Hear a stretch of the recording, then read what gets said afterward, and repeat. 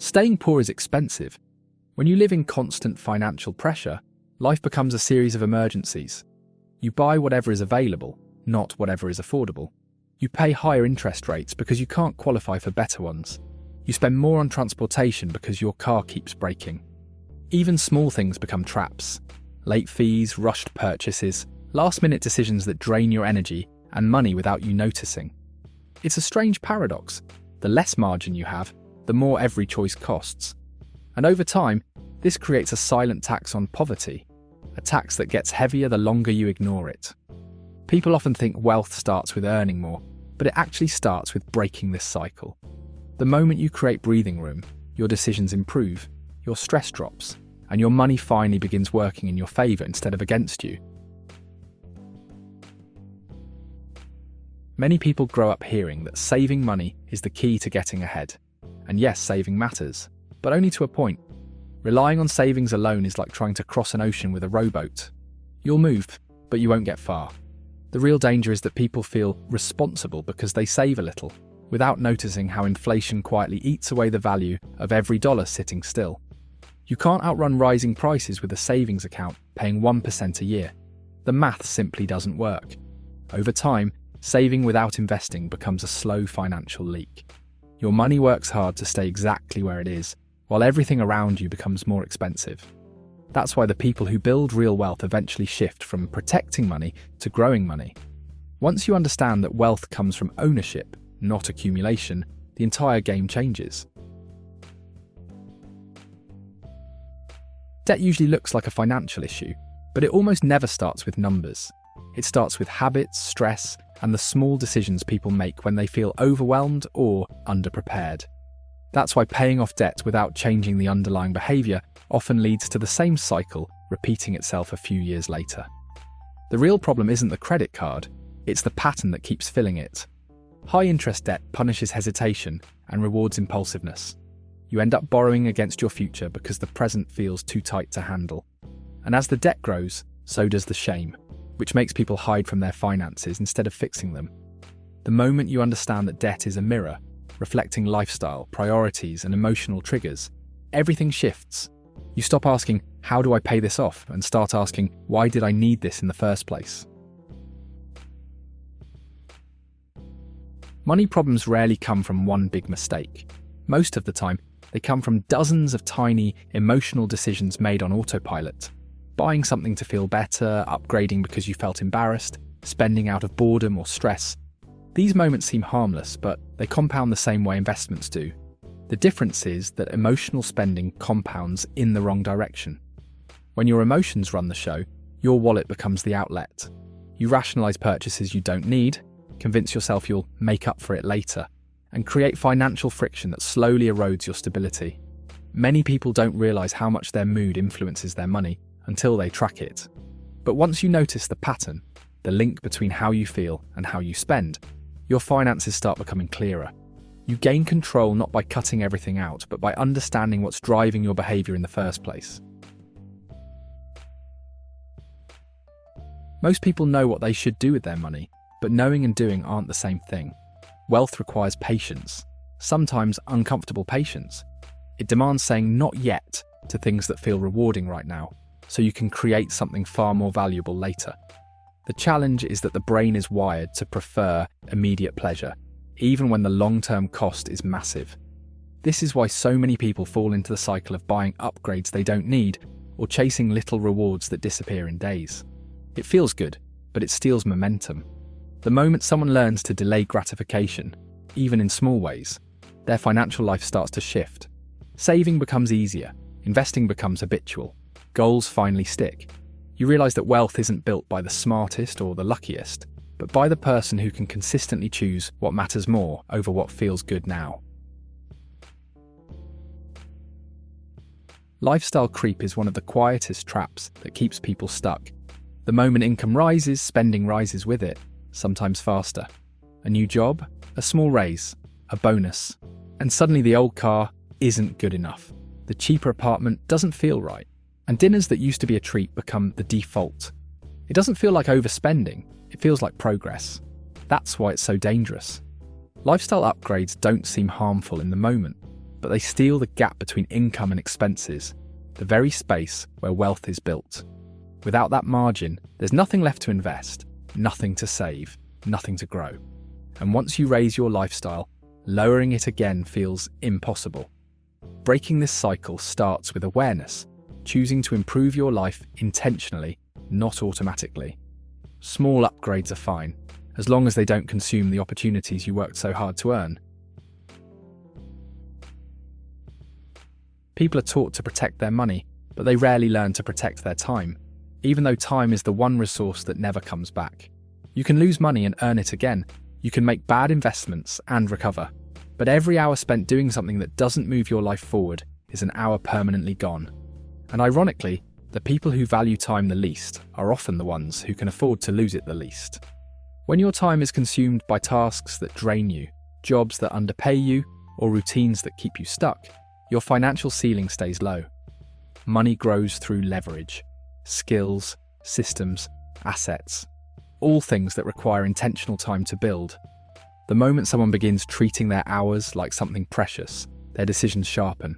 They stop wasting energy on what's convenient and start focusing on what compounds. A job can help you survive, but it rarely helps you escape. No matter how hard you work or how dedicated you are, a salary has limits. Fixed hours, fixed responsibilities, fixed income. That's why so many people feel stuck even when they're doing everything right.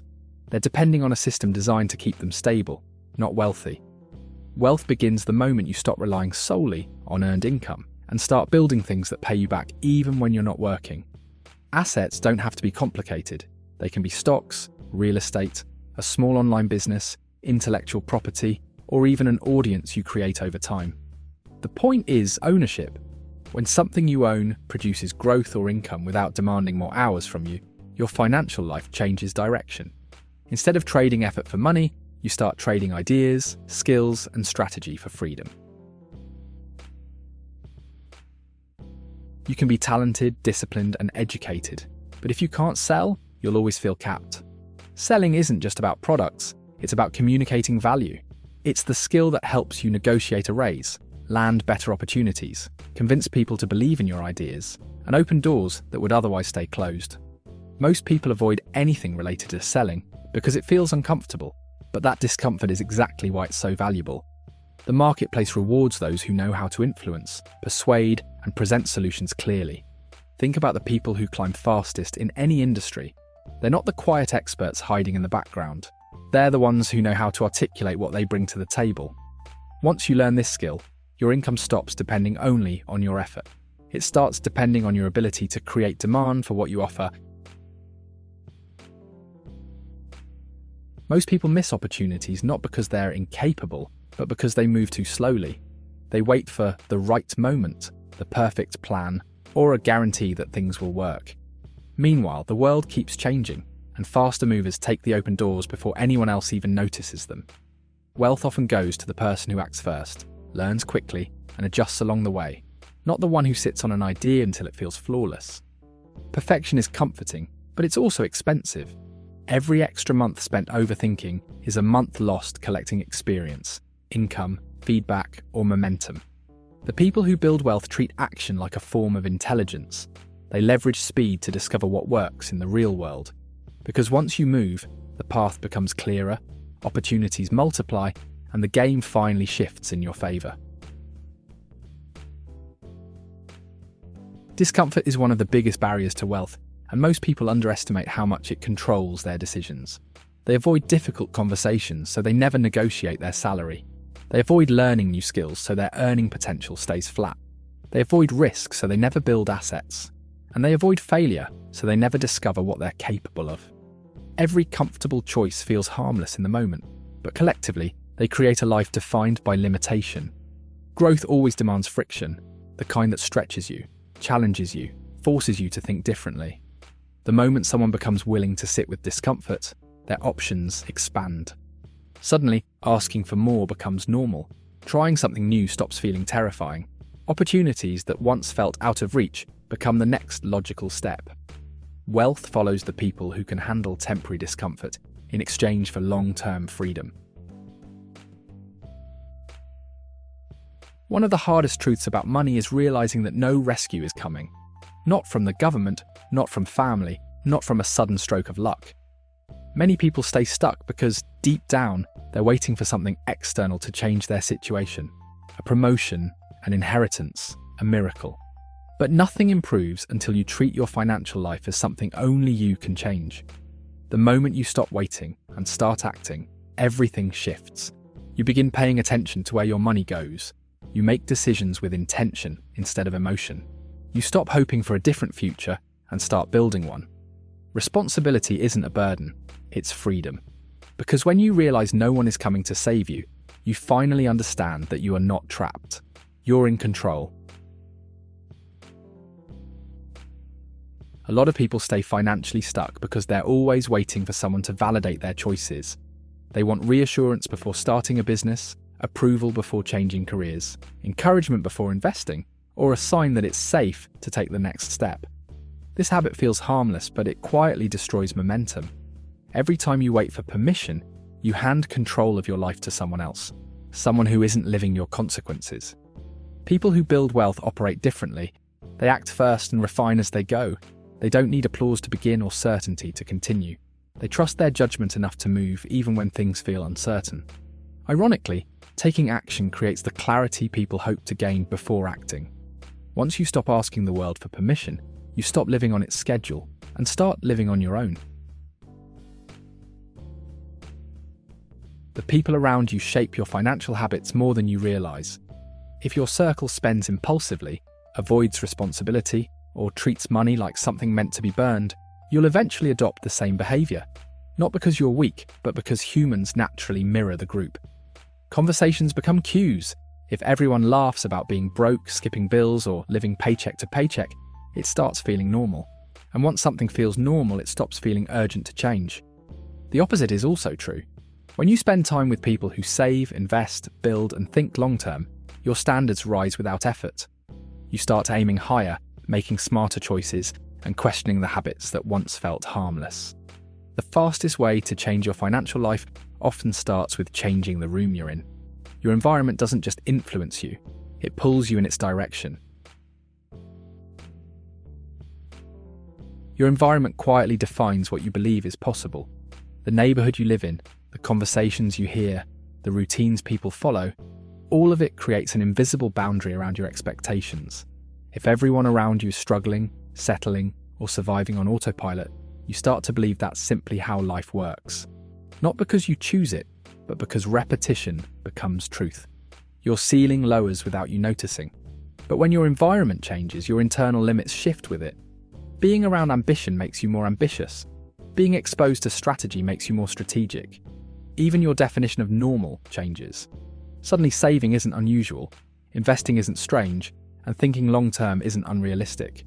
Your surroundings don't just influence your finances, they shape your identity. And once you redefine what's normal, your financial ceiling rises with it. If this video helped you see money differently, take a second to hit the like button. It really supports the channel. And if you're ready to stop chasing the illusion of success and start building real freedom, subscribe for more videos like this. Thank you for watching.